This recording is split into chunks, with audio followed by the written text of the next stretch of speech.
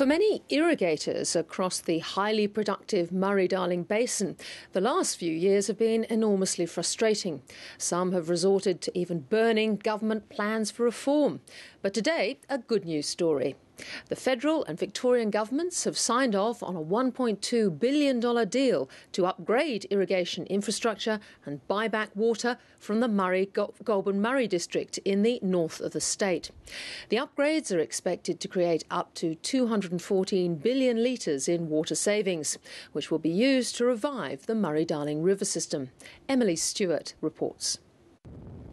The deal comes at a good time for farmers near Shepparton in Victoria's north, like Craig Reynolds. This is highly important, and the upgrade of the system makes it a lot more usable for our irrigation, and technologically more advanced and more efficient use of the water.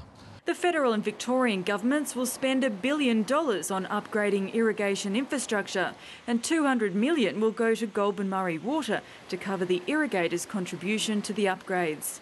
A further $44 million will be spent on on-farm improvements.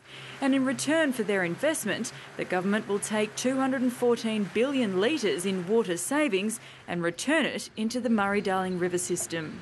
It means the three things that we keep talking about with water reform: healthy rivers, strong communities, sustainable food production, all get achieved in the one hit.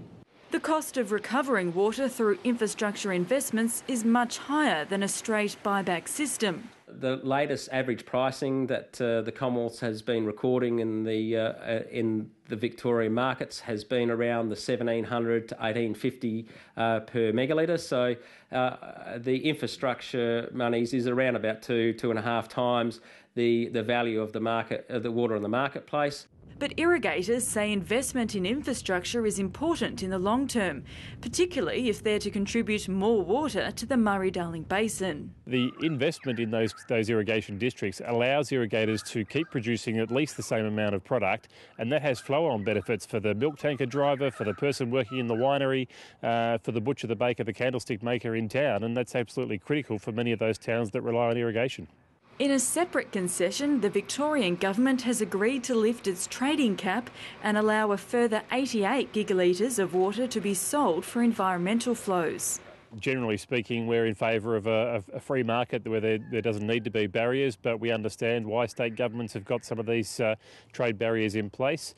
And I think this is probably a good deal, a good compromise between Victoria and the Commonwealth in allowing those sales that have been contracted so far to be allowed to go through, whilst maintaining the cap in the short to medium term. Water trader Tom Rooney says the Commonwealth Government has now reached around 70% of its buyback goals for Victoria, which were outlined in the Murray-Darling Basin draft plan. And if they pull out of the Victorian water market, it could distort the system. If the government do exit the marketplace in Victoria in 2014-15, we could reasonably expect to see a sharp drop in pricing occurring. The project will be rolled out over 7 years, with water-saving irrigation works expected to start in Victoria next winter.